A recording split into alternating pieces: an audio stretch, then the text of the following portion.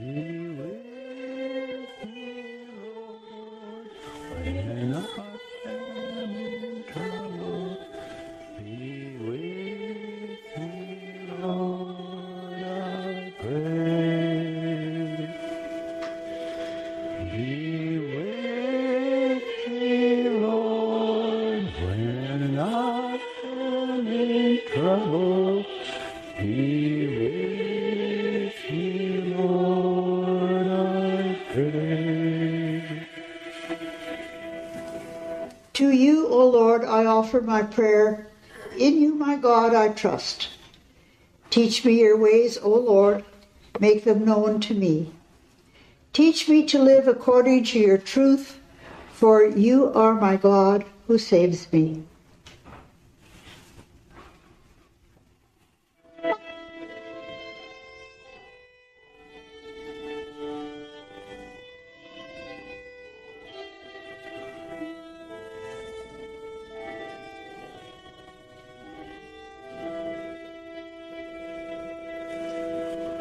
Be with me, Lord, when I am in trouble. Be with me, Lord, I pray. Be with me, Lord, when I am in trouble. Be with me, Lord, I pray. Remember, O Lord, your kindness and constant love, which you have shown from long ago. Forgive the sins and errors of my youth. In your constant love and goodness, remember me, Lord.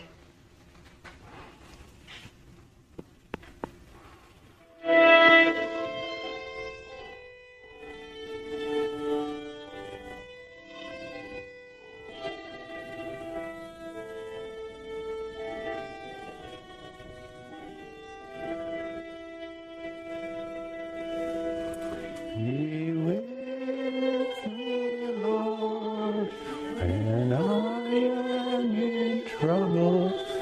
Be with me, Lord, I pray. Be with me, Lord, when I am in trouble. Be with me, Lord, I pray. Because the Lord is righteous and good, he teaches sinners the path they should follow. He leads the humble in the right way and teaches them his will. With faithfulness and love, he leads all who keep his covenant and obey his commands.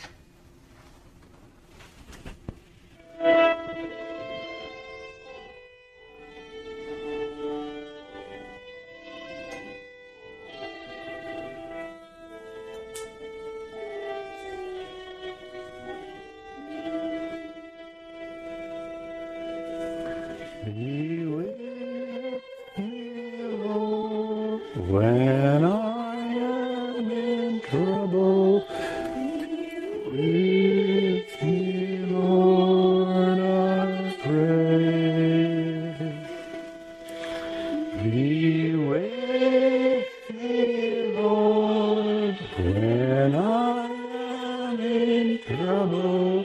Be with me, Lord, I pray. The Lord is the friend of those who obey him, and he affirms his covenant with them. I look to the Lord for help at all times, and he rescues me from danger. Turn to me, Lord, and be merciful to me, because I am lonely and weak.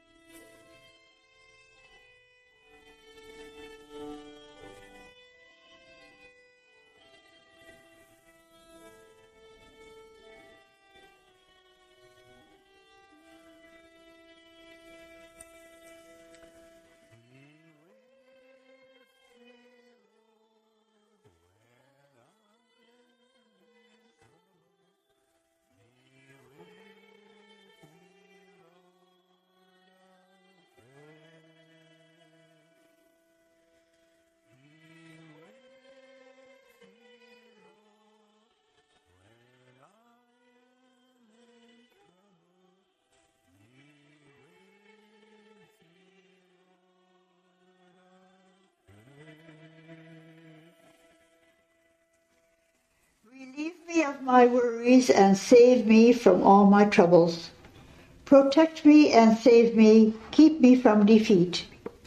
I come to you for safety. May my goodness and honesty preserve me, because I trust in you.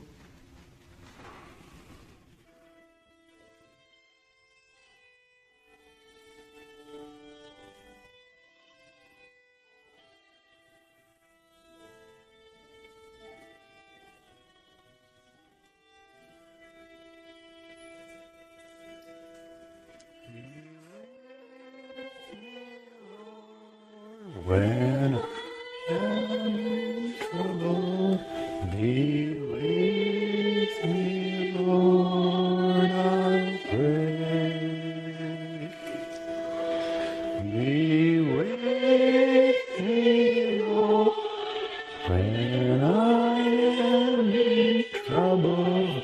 Be with me, Lord, I pray.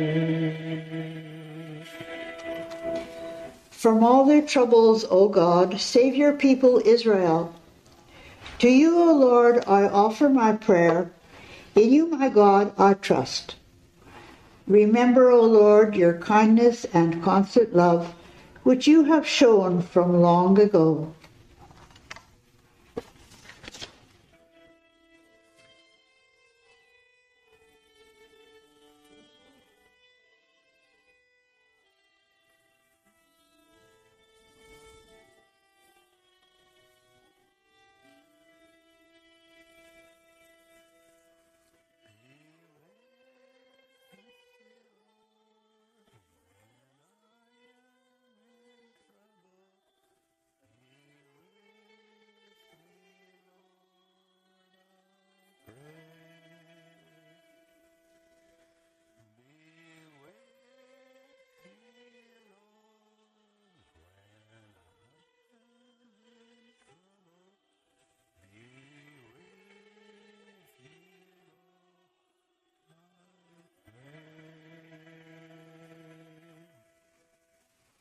Thank you.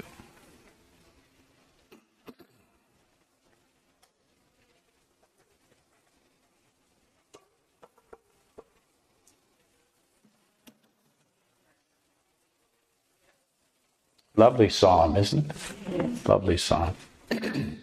Some of those gestures, they kind of stay with us after a while, I think. Be with me, and shelter me, and trust. They're lovely images. So today I want to introduce you to Mother Maria of Paris. And have any of you heard of her or met her yet in your readings? And I get the singular joy of introducing you to this remarkable woman. One of the reasons why we don't hear about her, haven't heard about her, is she's an Orthodox saint. And we don't talk to those people, so it's really tragic. She was named the patron saint of Paris in 2015.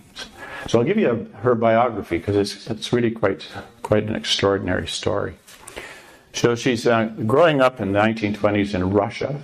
She's a member of a devout Russian Orthodox family. The Bolshevik revolution takes place, and she gets caught up in it because she has this heart for the poor and heart for those who are being mistreated by the Tsar and by Imperial Russia. She marries badly and is divorced. A child she had in that marriage goes off to live with an extended family. She's the mayor of her village in Russia. She's arrested. She's sentenced to death for participating in the Bolshevik Revolution.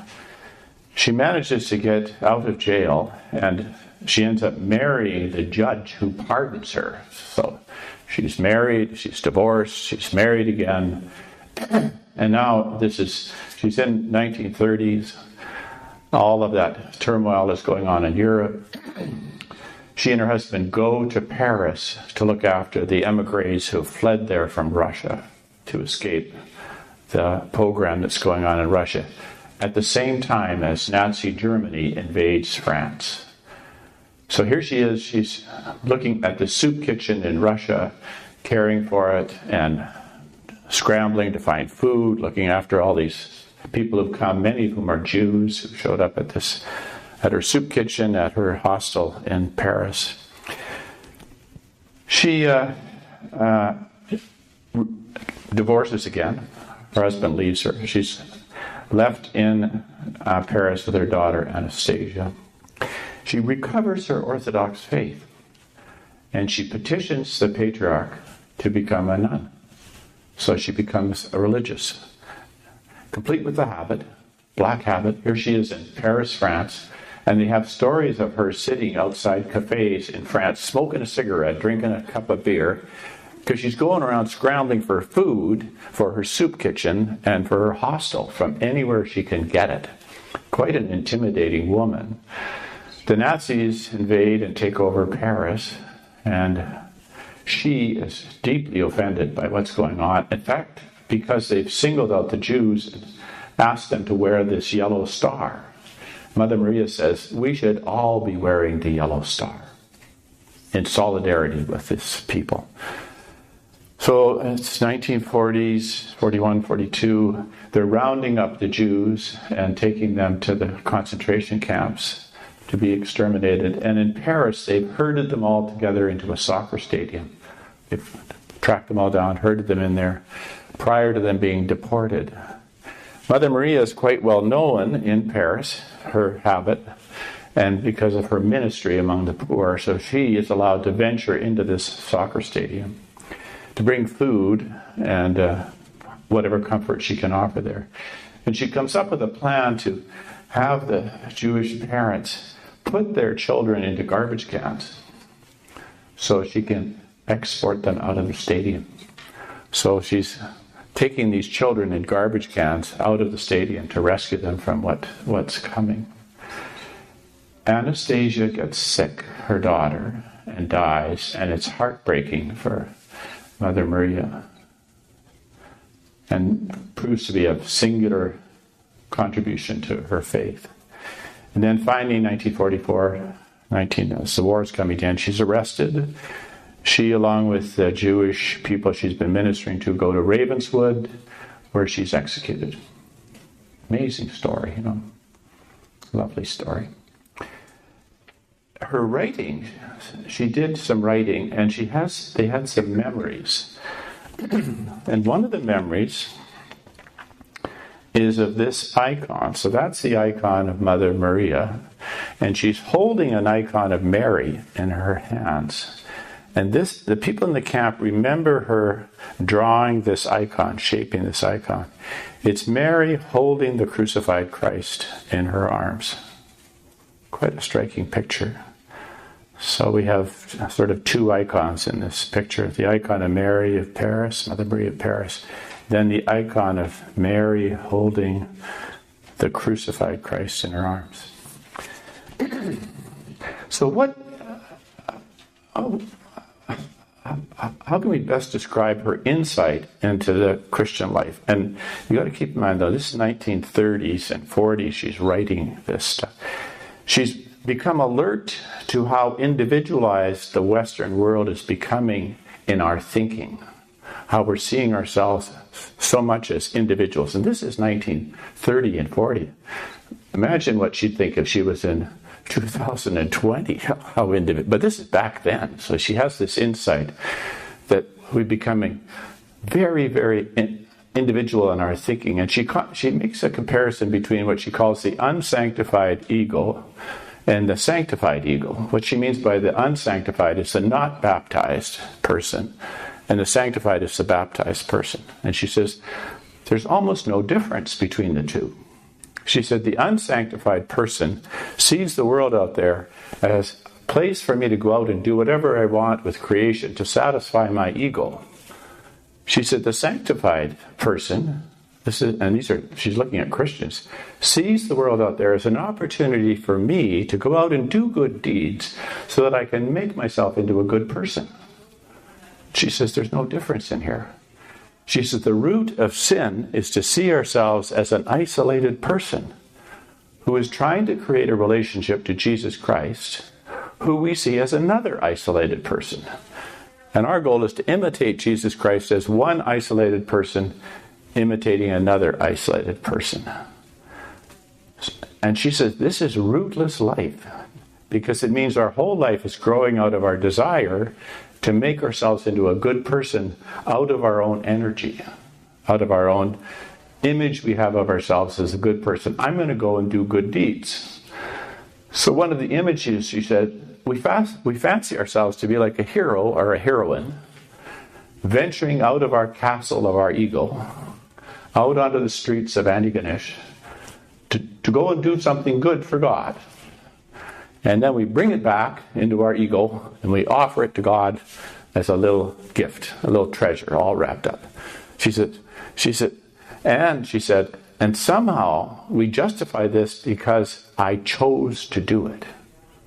I made a free choice to serve Meals on Wheels, or I made a free choice to visit the sick, or I made a free choice to go to the jail. Because I chose it, she said, we have this crazy idea that somehow it's of more value. As if somehow my choice of it elevates it to some kind of new status. But it's this image she has of us as heroes and heroines leaving the castle of our ego to go out into the world, fashion a good deed, bring it back into our castle and offer it there to God in imitation of Jesus, expecting some kind of reward. So what's her alternative? Well, her alternative, she says, is the cross. And she says, we have to both imitate Christ and imitate Mary. And we have to understand the differences and the complementariness of their two vocations. So at the cross, she says, the cross and the sword. Remember Simeon's language about the sword of sorrow will pierce your heart. Mother Maria sees that both of those are present at the cross. She says, Mary doesn't suffer for Christ. She suffers with Christ. Christ is crucified. Mary is co-crucified. Christ suffers, Mary co-suffers. Christ shows us the meaning of passion. Mary shows us the meaning of compassion. She says, historically we tend to look at the cross as an involuntary thing that happens to Jesus, and the sword of sorrow was something that Mary participates in willingly. Mother Maria says, nope, we got it mixed up. That's backwards. She said the cross is something Christ voluntarily accepted. He chose that. Mary did not choose her suffering.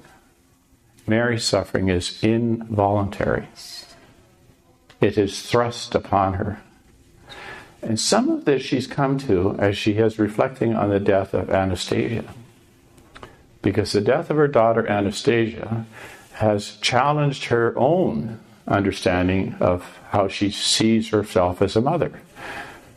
As she's preparing for Anastasia's birth, she's in a sense preparing a space for Anastasia to live in, even prior to Anastasia being born.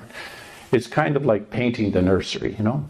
I prepared this room, I made sacrifices to get the room ready, I bought stuff for the room, I did all of these things so that when Anastasia comes she'll have a place, and I created the place, and it's going to reflect well on me. It's going to show everybody what a good mother I am. Look what I did in preparation for my child. And then Anastasia is taken away from her. And Mother Maria realizes she had to sacrifice her sacrifice, if that makes sense. So she'd made a sacrifice to get ready for Anastasia, and now she has to let the sacrifice go. She has no choice. Because Anastasia is gone, so is her sacrifice gone. She's caught up in this suffering, and she suffers along with Anastasia, because Anastasia is her own flesh. And she said that's the key insight we need to acquire about Mary. Mary suffers with Christ because that's Mary's body on the cross. Mary created that body. That's her flesh and blood that's suffering. She gave that body tissue in her womb. That body is her flesh and blood. So Mary is drawn into the suffering of Christ, whether she wants to or not, because she and that body are one. They're tied together. And then Mother Maria makes this leap. She says, if you've been baptized, you and the body of Christ share the same flesh. You and the body of Christ are one flesh. She said, this is not an idea. This is not some spiritual concept. This is reality. You and the body of Christ are one body, one flesh. And the body of Christ participates in the sufferings of all human beings. So if you are a baptized member in the body of Christ, you have no choice but to participate in the sufferings of the world. Because that's where the body of Christ is experiencing the sufferings of the world. Do you get a little sense about that? About how so in some ways she's way ahead of her time, because quantum physics now tells us that the atoms in our body are all connected to the atoms of everybody else's body. We're not made up of discrete separate particles that are only identified with me. We're part of everything now. Here's Mother Maria in 1930 saying, I'm part of the body of Christ, and I'm part of his physical body, and his body incorporates all the sufferings of the world. So if I'm part of his body, the only option I have is to opt out, is to refuse to be engaged in the sufferings of the world. That's the only choice. I am part of the sufferings of the world. I can deny it, or I can participate in it. I can accept this role, or I can flee from it and do everything I can to escape from it. I think it's an amazing insight, way ahead of her time. And she goes on to say that the only real way for that to happen to us is for us to be overwhelmed, to have our nice, neat, and tidy ego annihilated, to be invaded in a sense, to be overwhelmed so that we can't choose. It's too much. It's everywhere. It's all around us. The suffering's all over. It's like a wave hitting us, a tsunami hitting us. Only when that happens is my ego finally crushed. And I finally have to say, Lord, do whatever you want with me. I can't run away anymore. I can't escape this. She says, anytime we can manage to create a program, she said, we're failing to recognize the reality. By a program, she means, well, our program managed to feed 62% of the hungry people in Antigonish. She said, no, it's all or nothing. It's all or nothing. You can't go and say, we did our best. No, it's all or nothing. And all that's coming out of her work with the emigres in Paris and trying to feed them, trying to save these children, being responsible for everybody in that soccer stadium, not just some, but all of them in that soccer stadium are her responsibility. And so I have to, in a sense, allow myself to be annihilated by this overwhelming pain that comes from the world if my little ego is finally going to be crushed. That's why I gave you another picture in your book.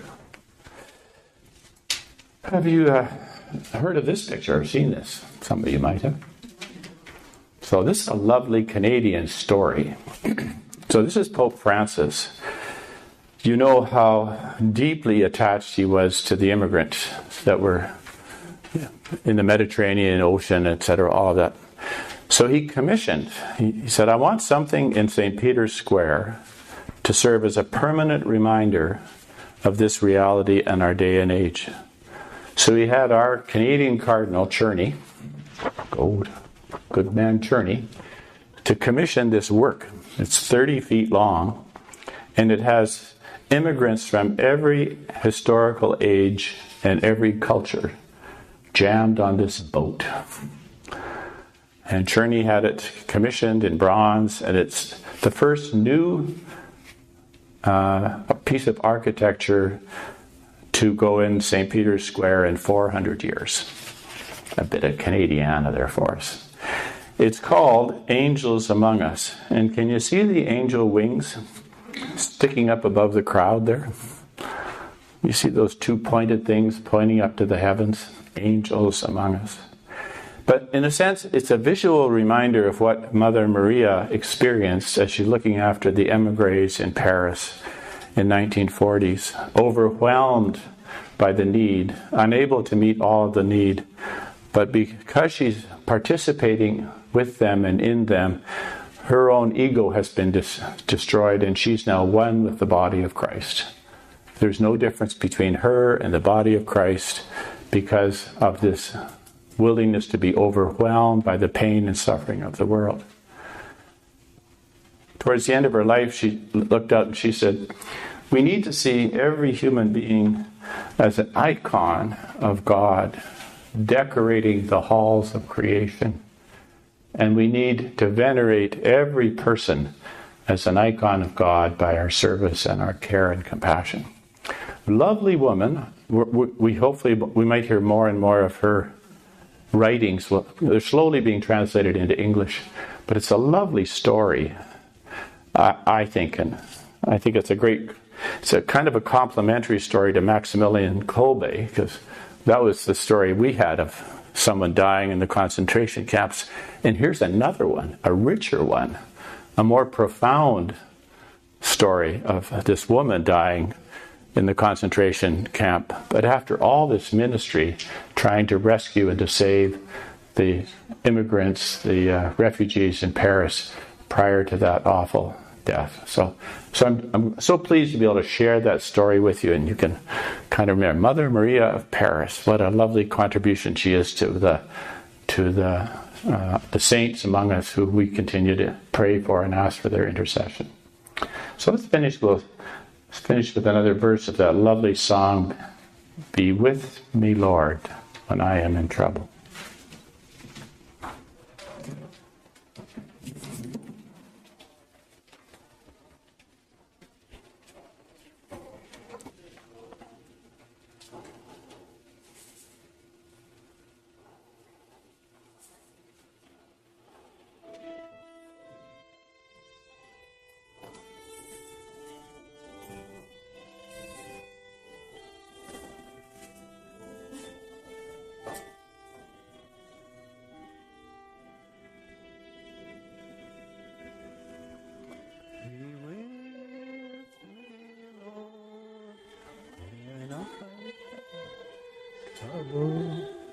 Be with Lord, I pray. Be with me, Lord, when I am in trouble. Be